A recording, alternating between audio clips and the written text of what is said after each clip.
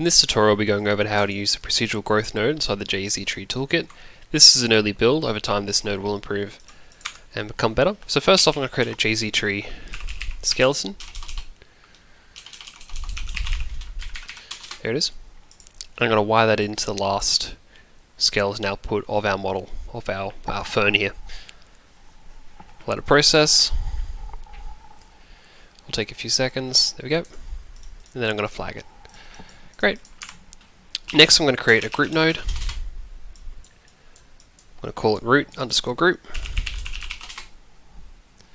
going to set it to points and set to bounding region. I'm going to drop this down just to be the body here. Next, I'm going to create a growth node, a JZT growth node. I'm going to plug that in. I'm going to set the root group to root, the group we just made. Now, there we go. Now when I start playing these parameters, you can see that this allows us to grow our skeleton.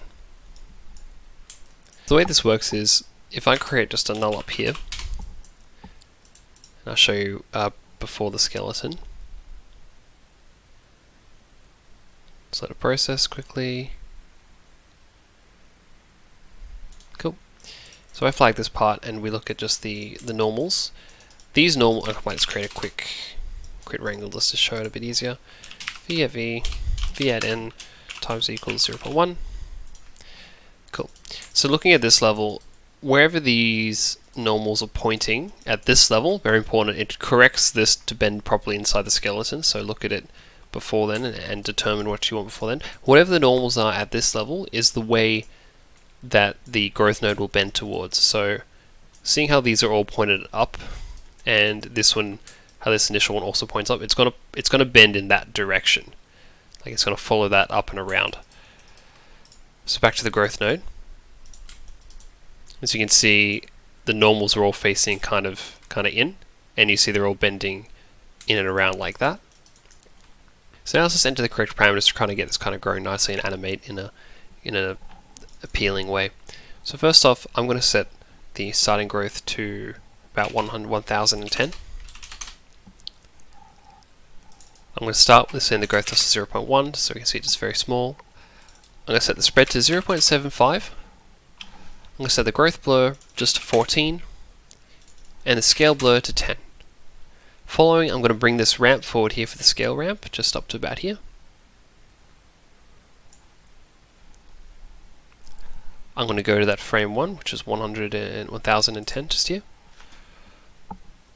We set just yep, so let's do the next one, 1011. I'm going to increase this to 0.2, 0.4,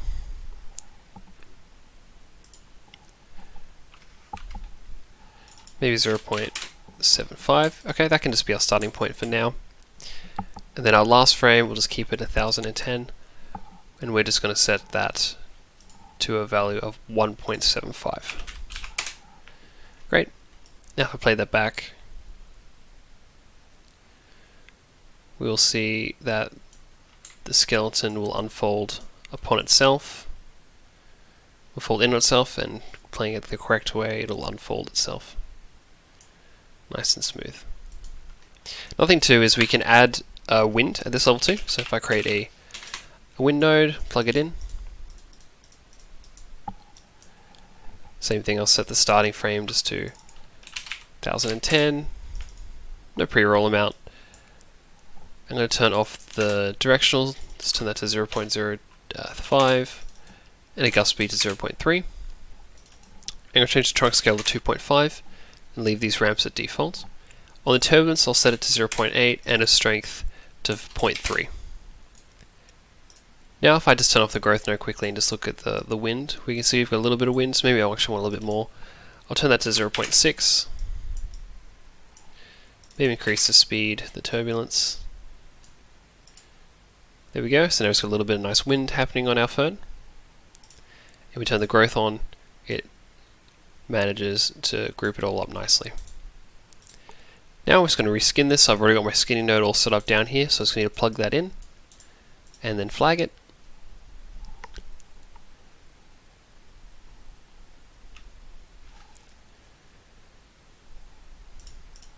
And just like that, our fern ungrows, grows itself out. This file is one of the example files. It's a little high, it's much higher res than this little version just here, but I just lowered it down just to get a bit faster playback and speed. Alright, thanks. I hope this has been helpful.